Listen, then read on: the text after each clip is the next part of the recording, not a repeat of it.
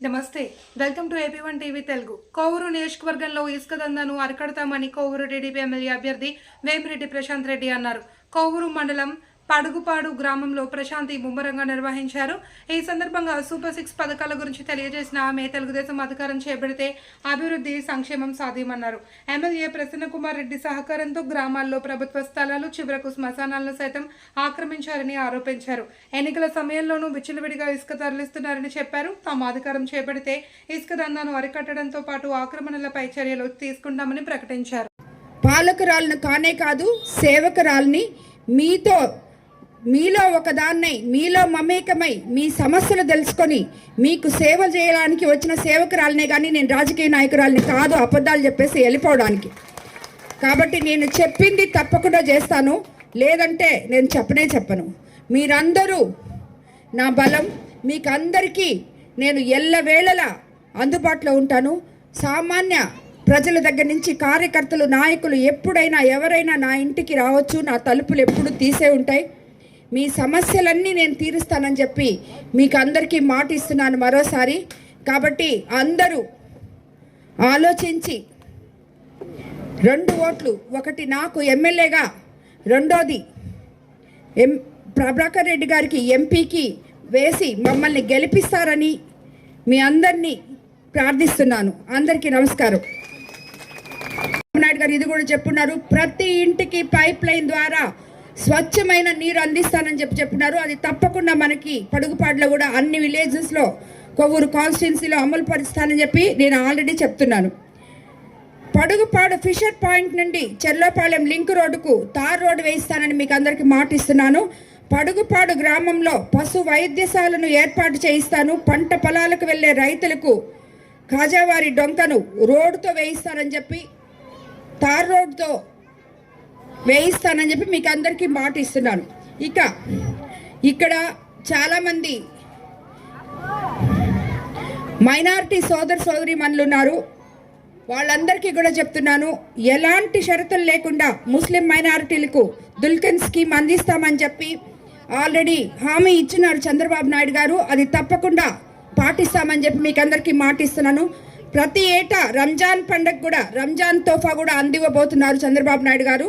Minority విద్యార్థుల కోసం ఇక్కడ ఉర్దూ పాఠశాల లేదని చెప్పి అడిగారు. అది తప్పకుండా మనము స్టేట్ గవర్నమెంట్ వచ్చిన తర్వాత చంద్రబాబు నాయుడు గారి ద్వారా మనము దాన్ని తెచ్చుకుంటామని చెప్పి మన కాన్స్టిట్యున్సీకి పడుగుపాడుకి మీకు మాట ఇస్తున్నాను. మస్జిద్ అభివృద్ధి కోసం ఇస్లాంకు మరియు మౌజన్లకు గౌరవ వేతనం పెంచే విధిగా కూడా కృషి చేస్తామని చెప్పి మీ అందరికీ మాట ఇస్తున్నాను. మెగావాట్ల సామర్థ్యం గల నెల్లూరు థర్మల్ స్టేషన్ స్థానంలో కూడా పారిశ్రామిక వాడలు ఏర్పాటు చేసి, ఎందుకంటే మనం ప్రస్తుతం ఎలా చేస్తారని అడగొచ్చు అందరూ. ప్రస్తుతం మనం NDAలో భాగస్వాములం, సెంట్రల్ గవర్నమెంట్లో మనకి భాగం ఉంది. కాబట్టి స్టేట్ గవర్నమెంట్లో నుంచి నేను అవన్నీ మన కోవూరు నియోజకవర్గంలో ఉండడం మీ అందరి అదృష్టం. అవి తీసుకెళ్ళి సెంట్రల్ గవర్నమెంట్లో కూడా మనం యాక్సెప్ట్ చేసుకొని నెల్లూరు జిల్లాలో ఉన్న ప్రతి బిడ్డ, నిరుద్యోగి అయిన ప్రతి బిడ్డకి ఉద్యోగాలు వచ్చేలా చేస్తామని చెప్పి నేను కానీ వేమిరెడ్డి ప్రభాకర్ రెడ్డి గారు కానీ మీకు అందరికీ మాట ఇస్తున్నాం. అది తప్పకుండా చేసి తీరుతాం. ఈ 5 సంవత్సరాల్లో అందరూ మన జిల్లాలో ఉద్యోగాలు చేసుకునేటట్టు, ఉద్యోగం అనేది లేదు అనేది లేకుండా చేస్తామని చెప్పి మీ అందరికీ నేను మాటిస్తున్నాను. ఇక్కడ లోకల్ ప్రాబ్లమ్స్ ఇచ్చారు. జాతీయ రహదారి రోడ్డు విస్తరణలో భాగంగా ఇల్లులు కోల్పోయిన బాధితులకు పక్కా ఇల్లులు లేవని, తప్పకుండా పక్కా ఇళ్ళ గృహాలు కేటాయించేలా ప్రత్యేక చొరవ తీసుకుంటానని మీ అందరికీ మాటిస్తున్నాను. గతం పెద్ద పడుగుపాడు శ్మశాన వాటికను కబ్జాకి గురికాకుండా చుట్టూ ప్రహరీ గోడ కట్టించి గది నిర్మాణంతో కూడిన కనీస వసతులు ఏర్పాటు చేస్తాను. శ్మశాన వాటికను కూడా కబ్జా చేశారంటే ఈ నియోజకవర్గంలో ఎమ్మెల్యే గారు ఏం చేస్తున్నారో నాకు అర్థం కావట్లేదు. మెయిన్ రోడ్లో పక్కన ఉండేటివి కబ్జాలు చేసేసారు, భూములన్నీ కొట్టేశారు, కమిషన్లు తీసేసుకున్నారు లేఅవుట్లో. ఆఖరాకి పడుగుపాడులో ఉన్న 5 ఎకరాల శ్మశానంలో కూడా 3 ఎకరాలు కబ్జా చేసేసారంట. మరి ఎమ్మెల్యే గారు విత్ పర్మిషన్, ఎమ్మెల్యే పర్మిషన్తో చేశారంట.